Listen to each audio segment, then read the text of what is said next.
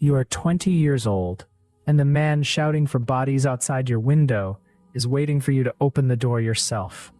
His cart is already half full. He does not knock twice.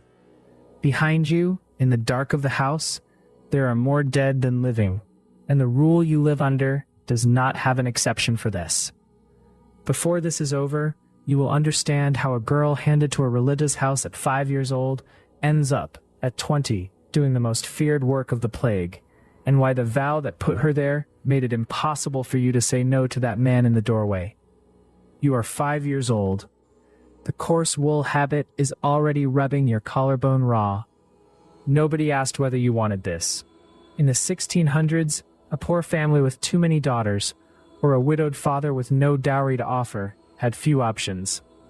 One was handing a young girl over to a religious or charitable institution. It was provision, not devotion. A roof, food, a future that didn't require a marriage market. Nobody called it a calling because it wasn't one. The family counted mouths, and you were a mouth they could no longer afford to feed. The door of that house closes behind you the way most doors do. What nobody tells you is that it does not open back outward. Not really. Not for the rest of your life. Inside, the rule covers everything. When to eat, when to speak, when to be silent, when to sleep. What you are allowed to have. The first thing you learn is that your body is not yours. It belongs to the house the same way a cloak or a pair of shoes belongs to the house. You wear what you are given. You eat what is put in front of you. You sleep where you are told. Meals are eaten in silence. The same food every day. The same order. The same hours. The habit is coarse against your skin, but you learn not to complain because complaining is recorded. The day is divided into hours you do not control.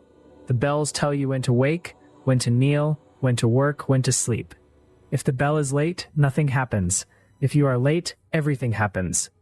A building like that demands everything from a body that small. It starts by teaching you to disappear into a schedule. You are now 14. The bell already owns more of your day than you do. It rings in the middle of the night for matins, again before dawn for lauds, and then it keeps ringing through prime, terce, sext, none, vespers, and compline. The hours of prayer are fixed, and fixed means fixed regardless of what your body wants. You kneel on stone for hours at a stretch. Your knees stop being reliable somewhere around now, and they will never be reliable again. Sleep comes in fragments, stitched around a schedule designed by people who never had to keep it themselves. Silence is the default state for most of the day, and silence is enforced.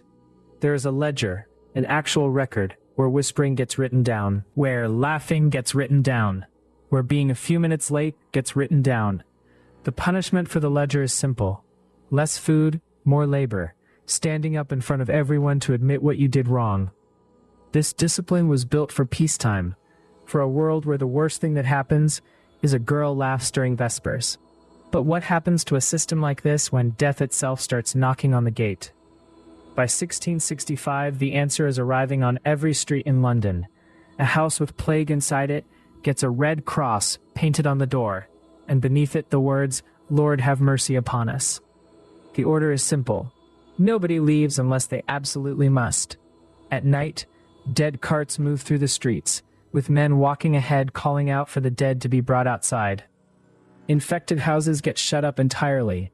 Sick and healthy are sealed in together behind a locked door, a watchman posted outside to make sure nobody escapes either way. The plague orders are printed and posted in public places. They specify which houses are to be shut up and who is allowed outside. They do not specify who will go in to fetch the dead. From inside the sister's house, you hear it happen 2 doors down. The lock goes into the door from outside. The watchman's boots settle on the step. Then the street goes quiet in a way that has nothing to do with chapel silence. You stand at the window and watch the door.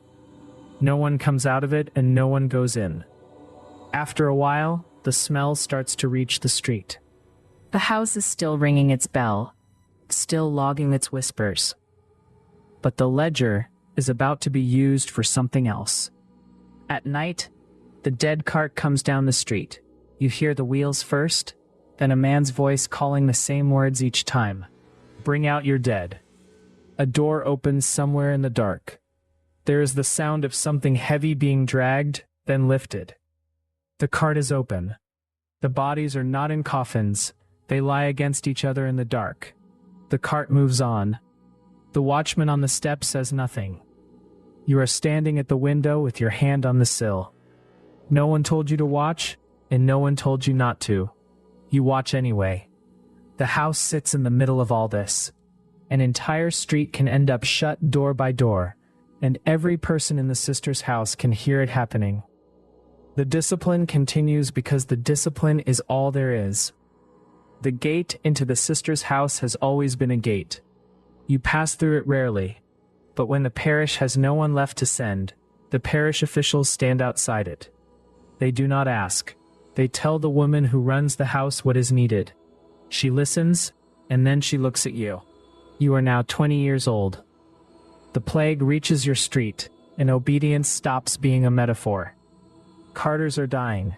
Others are refusing to go near marked houses at all. Who could blame them?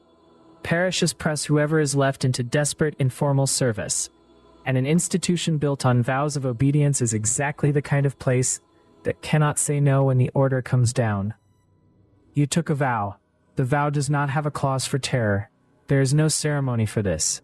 There is no blessing. There is only an order and a door. When the dead cart itself has no more room, families sometimes give up waiting and stack their own dead in the street.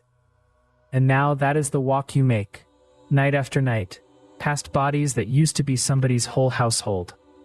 No one tells you how to lift a body. No one tells you how to do it and keep going. You are only told to carry it. The work is called carrying the dead, but it also means carrying the living's fear. The danger does not end when the cart pulls away.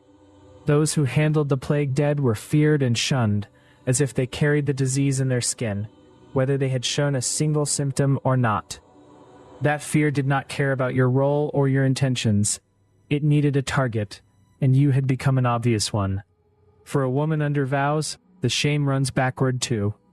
A mind shaped to see disease and sin as neighbors starts to look at a body that has been handling corpses and sees something spiritually suspect. Not guilty of anything, just marked.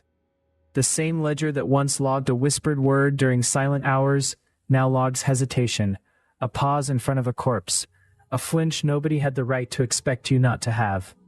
The rule was never built to bend for grief, and it does not start now.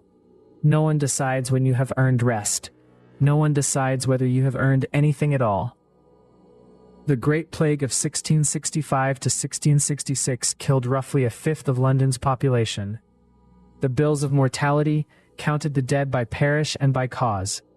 In London in 1665 alone, they recorded 68,596 plague deaths. They did not count your name. The disease did not fully leave England until the last recorded plague death in 1679, more than a decade of aftershocks following the worst year. Record-keeping for the poorest, most anonymous laborers of that plague, the searchers who identified bodies, the nursing sisters, the given-away daughters doing the parish's worst errands, was thin where it existed at all, and often did not exist. The searchers were women, often the same sort of women as you, poor, invisible, doing work no one else would do. They examined bodies for plague tokens, reported the cause of death, and were paid a pittance for it. You leave no parish record with your handwriting, no letter, no gravestone. Only the institution's own account survives you, and even that is sparse, a line item maybe in a ledger that once cared more about whispering than about who carried the dead through a sealed street at night. There is no neat ending here. There is only the silence the record left behind. The plague and the institution's rulebook erased you the same way, quietly, without a name, one obedient day at a time. The work simply continued until it didn't. This wasn't fiction. This was somebody's whole life.